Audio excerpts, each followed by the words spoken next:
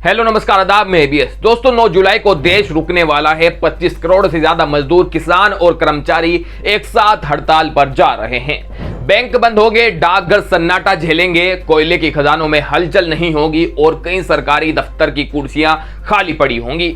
मतलब अगर आप 9 जुलाई को किसी जरूरी सरकारी काम की योजना बनाए हो तो उसे टाल देना ही बेहतर होगा। लेकिन सवाल यह है कि इतनी बड़ी हड़ताल क्यों हो रही है, ये लोग क्या मांग रहे हैं और इस हड़ताल का आम जनता पर क्या असर पड़ेगा। चलिए आसान भाषा में एक एक करके सब आपको समझाते हैं। सबसे पहले जानते हैं कि ये हड़ताल कौन कर रहा है।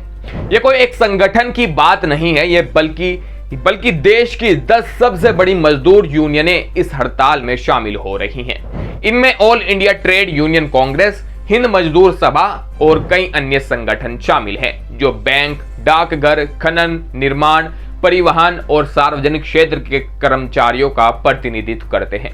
इस बार सिर्फ शहरों के कर्मचारी ही नहीं बल्कि गांवों के किसान और खेतिहार मजदूर भी इस आंदोलन में शामिल हो रहे हैं।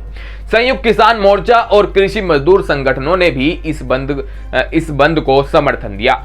अब बात करते हैं कि आखिर इतना बड़ा विरोध क्यों हो रहा है। मजदूर यूनियनों का कहना है कि केंद्र सरकार की नीतियां मजदूरी और किसान और देश के आम नागरिकों के खिलाफ हैं और केवल बड़े उद्योगपतियों को फायदा पहुंचाने के लिए बनाई जा रही हैं। उन्होंने आरोप लगाया कि देश में बेरोजगारी चरम पर है, सरकारी नौकरियों के हजारों पद खाली हैं लेकिन नियुक्तियां नहीं हो रही। मनरेगा जैसी योजना में मजदूरों को पूरे साल काम नहीं मिलता और जो काम मिलता है उसका मेहनताना बहुत कम है। ऊपर से महंगाई लगातार बढ़ती जा रही है, चाहे रसोई गैस हो, दाल हो, तेल हो या बिजली पानी, हर चीज आम आदमी की पहुंच से बाहर होती जा रही है।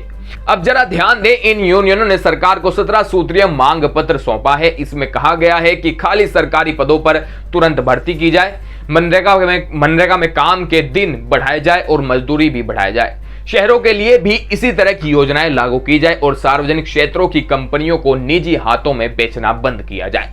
साथ ही ठेके पर काम करने की प्रथा खत्म हो और कामगारों को स्थायी करने की मांग की गई है। इनका कहना है कि सरकार सिर्फ उद्योगपतियों को बढ़ावा देने वाली योजनाएं जैसे उत्पादन प्रोत्साहन योजना PLI जिसको बोलते हैं पर जोर दे रही है और आम मेहनतकश लोगों की तरफ आंखें मूंद ली है। अब असली गुस्सा तो 4 श्रम जो नए श्रम कानून को लेकर है जिन्हें संसद में पारित किया गया है। इन नए कानूनों के तहत यूनियन बनाना मुश्किल कर दिया गया है। काम के घंटे 18 से बढ़ाकर 12 तक किए जा सकते हैं और हड़ताल करने के अधिकार को भी सीमित किया गया। यानी पहले जो हक था कि अगर अन्याय हो तो आवाज उठाओ, अब वो भी छीना जा रहा है। ऊपर से सरकार की नीति ये बन गई है कि जहां भी खाली पद हो वहां नई नियुक्ति करने के बजाय पुराने रिटायर कर्मचारियों को फिर से बुलाया जा रहा है। ये बात सबसे ज्यादा नौजवानों को चुभती है। एक तरफ सरकार युवाओं से कहती है कि स्किल सीखो, तैयारी करो, मेहनत करो और दूसरी तरफ जब नौकरी का समय आता है तो वहां वही कुर्सी किसी रिटायर अंकल को दे दी जाती है। अब बात करते हैं कि 9 जुलाई की इस हड़ताल का आम आदमी पर क्या असर होगा। अगर आप बैंक में कोई लेन देन करना चाहते हैं तो उसमें दिक्कत होगी। डाकघर से पार्सल या चिट्ठी भेजना चाहते हैं तो रुकना पड़ेगा। राज्य परिवहन की बसें कम चलेंगी, कहीं जगह ट्रैफिक जाम या रास्ता बंद मिलेगा। कोयला खदानों के बंद होने से ऊर्जा उत्पादन पर असर पड़ेगा जिससे फैक्ट्रियों और बिजली पर निर्भर सेवाओं को नुकसान होगा। सरकारी स्कूल, कॉलेज और दफ्तरों में काम ठप हो सकता है और जो लोग रोज की मजदूरी पर जीते हैं उनके लिए यह हड़ताल एक दिन की आमदनी छीन सकती है।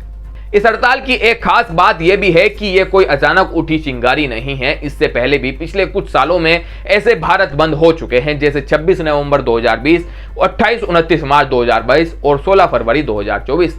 हर बार आवाज उठी, हर बार मुद्दे वही थे, रोजगार, मजदूरी का अधिकार, महंगाई और निजीकरण। और हर बार सरकार की तरफ से या तो चुप्पी रही है या अधूरे वादे। लेकिन इस बार गुस्सा ज्यादा बड़ा है क्योंकि बेरोजगारी अब सिर्फ एक आंकड़ा नहीं रहा, ये अब घर घर की सच्चाई बन चुकी है। एक तरफ सरकार दावा करती है कि भारत दुनिया की सबसे तेजी से बढ़ने वाली अर्थव्यवस्था है, स्टार्टअप की बाढ़ है, डिजिटल इंडिया बन रहा है, लेकिन जरा जमीनी हकीकत भी देखिए। युवा नौकरी के लिए भटक रहे हैं, किसान आत्महत्या कर रहे हैं, मजदूर अपनी मेहनत के बाद भी भूखे सोने को मजबूर हैं।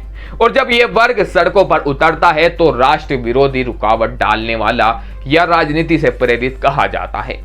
अब जब देश की 65% आबादी 35 साल से कम उम्र की है और 20 से 25 साल के युवा सबसे ज्यादा बेरोजगार झेल रहे हैं, तो क्या यह हड़ताल सिर्फ पुराने कर्मचारियों की लड़ाई है? नहीं, ये उस हर युवा की लड़ाई है जो एक बेहतर भविष्य चाहता है, उस हर माँ बाप की लड़ाई है जो अपने बच्चों को नौकरी लगने देखना चाहता है, उस हर नागरिक की लड़ाई है जो चाहता है कि सरकार उसकी भी सुने, सिर्फ पूंजीपतियों की नहीं।